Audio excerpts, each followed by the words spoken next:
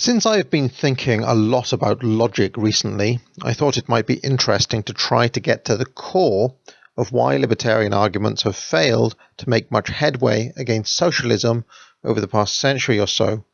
And to do this, I have attempted to boil down into logically valid syllogisms the core arguments that libertarians tend to make. So here is the core utilitarian argument advanced by Ludwig von Mises and also by Chicago School economists such as Milton Friedman. They might disagree on method and how they get to this conclusion, but ultimately the argument is the same. If increasing material prosperity is our aim, then the free market is the best method of achieving it. Material prosperity is our aim, therefore we should pursue free markets. Now, reflexively, some socialists might brittle at the minor premise here. Material prosperity is our aim, and we will return to this soon.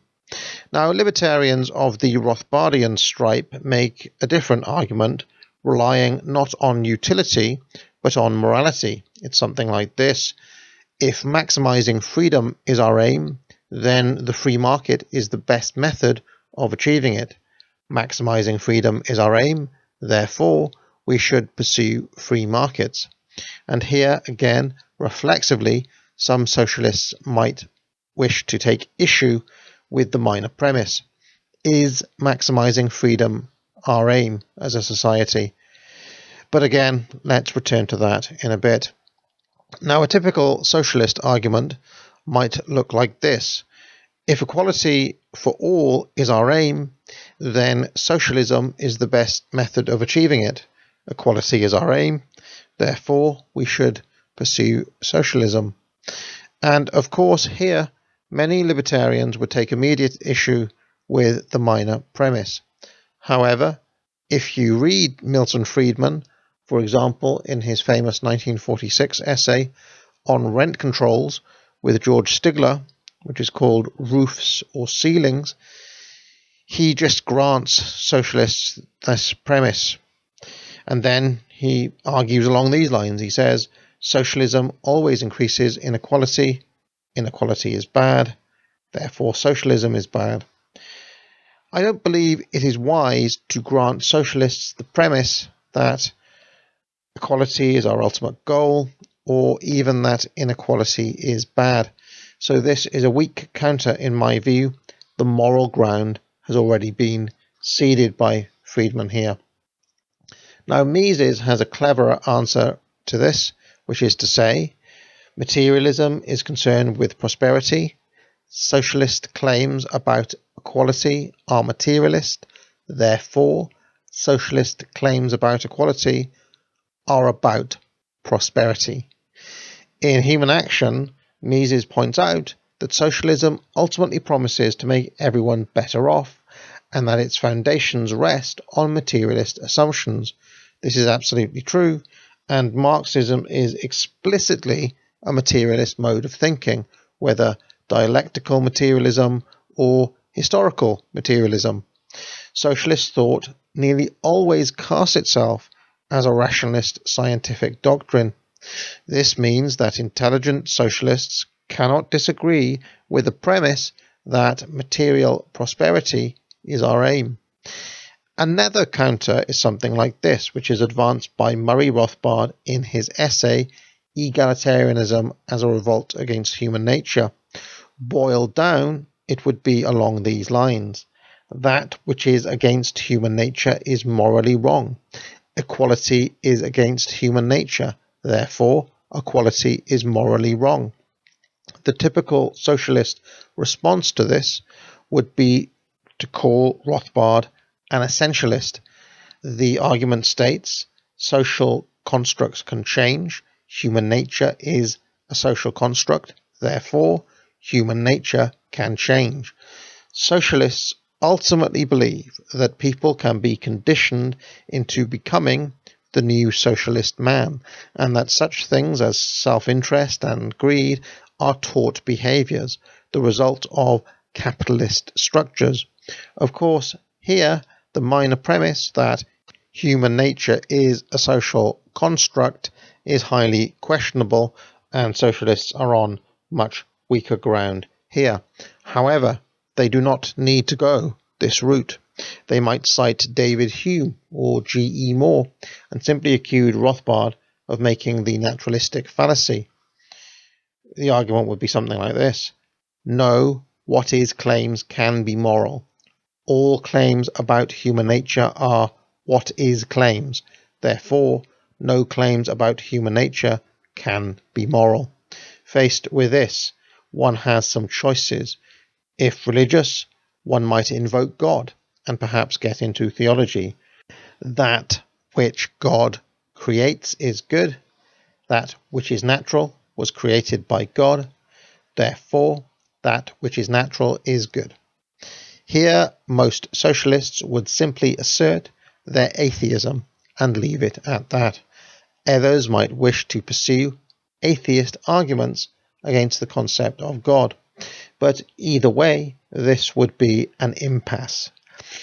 Another option is to take the argument into ethics, for example, invoke Aristotle's virtue ethics and suggest that equality cannot be a true moral aim because it is not eudaimonistic. Something like this: eudaimonia is not equality. The goal of human life is eudaimonia. Therefore, equality is not the goal of human life. Or you can simply accept Hume's law and state no materialist claims can be moral. All socialist claims are materialist. Therefore, no socialist claims are moral. To which a clever socialist might respond, no materialist claims can be moral. All libertarian claims are materialist. Therefore, no libertarian claims are moral. Now, Mises and Friedman would both have accepted this because they did not see themselves making moral arguments at all. They were making value-free utilitarian arguments. But Rothbard would likely fire back by stating that maximizing freedom is not a materialist goal, unlike equality. All our claims seek to maximize freedom. Therefore, none of our claims are materialist. Now again, the knee-jerk socialist might fire back just to try to own the libertarian here with the highest good is not freedom. The goal of human activity is the highest good. Therefore, the goal of human activity is not freedom. However, the well-read socialist would actually accept Rothbard's premise, remembering what Marx's utopia is ultimately about. Communism results in ultimate freedom. Socialism aims at achieving communism. Therefore, socialism maximizes freedom. So, if we think carefully about all of the arguments I've presented here, an issue has emerged. Using arguably the three most prominent libertarian thinkers of the 20th century, the first, Milton Friedman, accepts the socialist premise that equality is the aim of society. The second, Ludwig von Mises, accepts the socialist premise that material prosperity is the aim of society. And the third, Murray Rothbard, accepts the socialist premise that total freedom is the aim of society. What does this tell us? Ultimately, the disagreement between libertarians and socialists is a disagreement over means and not ends. This means that libertarians and socialists, in the final analysis, share the same goals. The method might differ very greatly, enough to make them mortal enemies, but the final destination is the same. Now, while libertarians are basically correct in this fight, at least on almost all of the technical and practical disagreements, it strikes me that one of the chief reasons that they never defeat the socialists is because deep down they share the same metaphysical and possibly even moral assumptions. I do not believe socialism can be defeated within either the materialist framework or one that accepts the central assumption of the French Revolution as Rothbard and other Jeffersonian libertarians appear to. The challenge, it seems to me, must come from a deeper place. Now available at the Academic Agency. Sharpen your analytical mind and your argumentation skills with Foundations of Logic. The course draws on the ancient wisdom of traditional logic that students learned for over 2,000 years, from the time of Aristotle through to the medieval schoolmen, right down to the 20th century. Sign up now for a free preview lecture. Be sure to like this video and subscribe, and if you really like my content, maybe consider joining the channel or donating or maybe even buy a mug. I am grateful for all of your support. Now get out.